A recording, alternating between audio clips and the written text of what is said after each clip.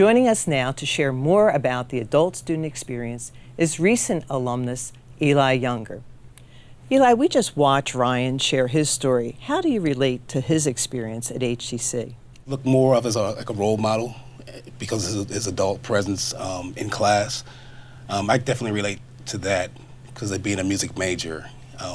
Throughout our theory classes, the teacher would probably give some of the students advice on what they need to prepare for in life, and he would probably look over to me, say, hey, is that true, Ely? I say, exactly. Life experiences, life advice, along with what we need to do, as far as assignments and stuff, and working together. I imagine it was a little bit strange in the beginning when you first entered the classroom, but then after that you got acclimated to it? Yes, it was. It was very strange, and didn't think I was cut out for it at first because it was moving very fast. I started in January 2012.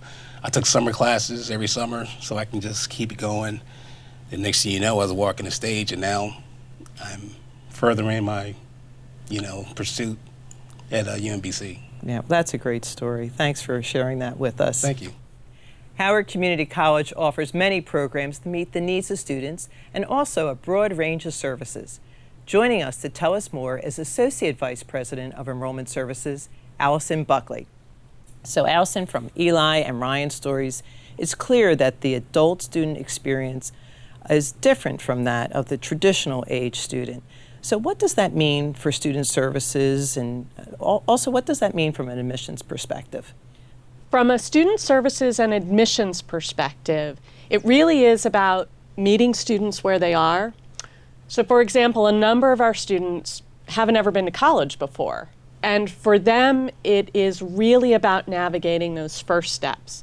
How to apply to college, how to apply for financial aid, and really mitigate any of that anxiety that comes up about returning to the classroom, whether it's 25 years or 30 years. And then we have a lot of adult students who've been to college before.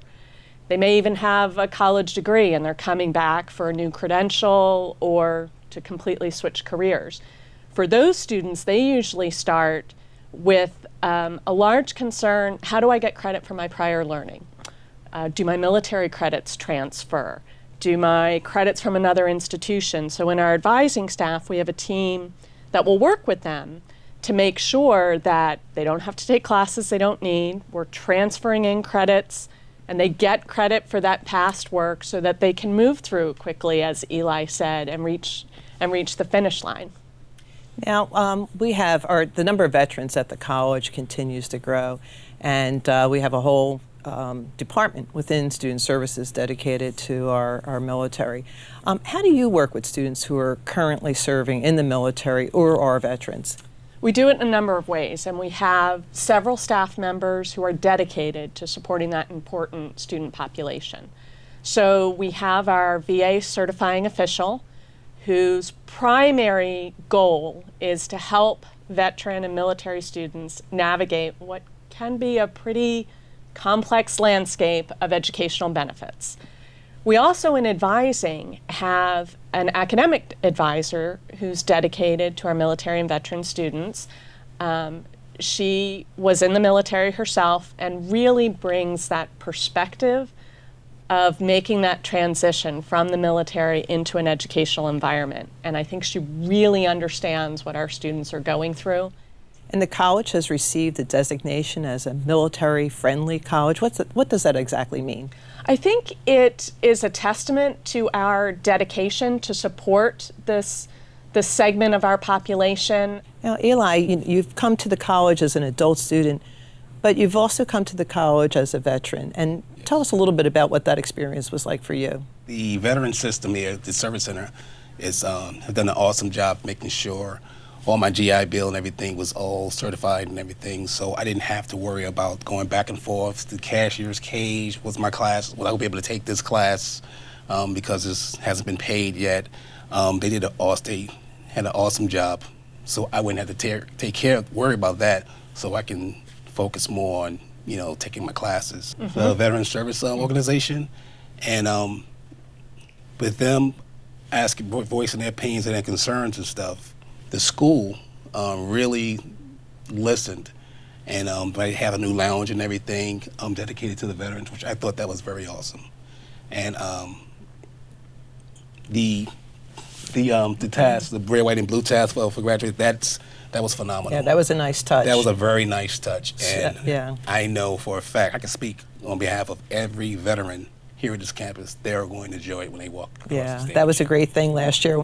You talked about being an adult student coming back to college in the classroom. What's it like outside of the classroom? What are the challenges that you face balancing your family life, your work life, your children, your grandchildren? You got a lot going on. How do you do all that? It's challenging. The only thing I could do is just try not to get too overwhelmed. Try to balance as much as I can. Spend time with my daughters, spend time with my wife, do the daddy duties, the hubby duties, and get those assignments turned in on time. Well, that's great advice for all students. Yeah. Alison, even with students who may be working full-time or have a spouse that's employed, I'm sure that the cost of college worries many, many students. Can you talk about what options are available regarding paying for college? I think that is a real worry for our adult student population, and our financial aid counselors meet with students, and they really are experts at identifying those ways to pay for college. We're very fortunate this year through the support of our county executive, Ken Ulman, and the Howard County Council. They provided additional funding to the college in the Pathway Scholarship. And part of that we have set aside to help students who are returning to college as adult learners, and it really is just a tremendous benefit so that cost is not a barrier that would prevent someone from going back to school and pursuing their educational goals.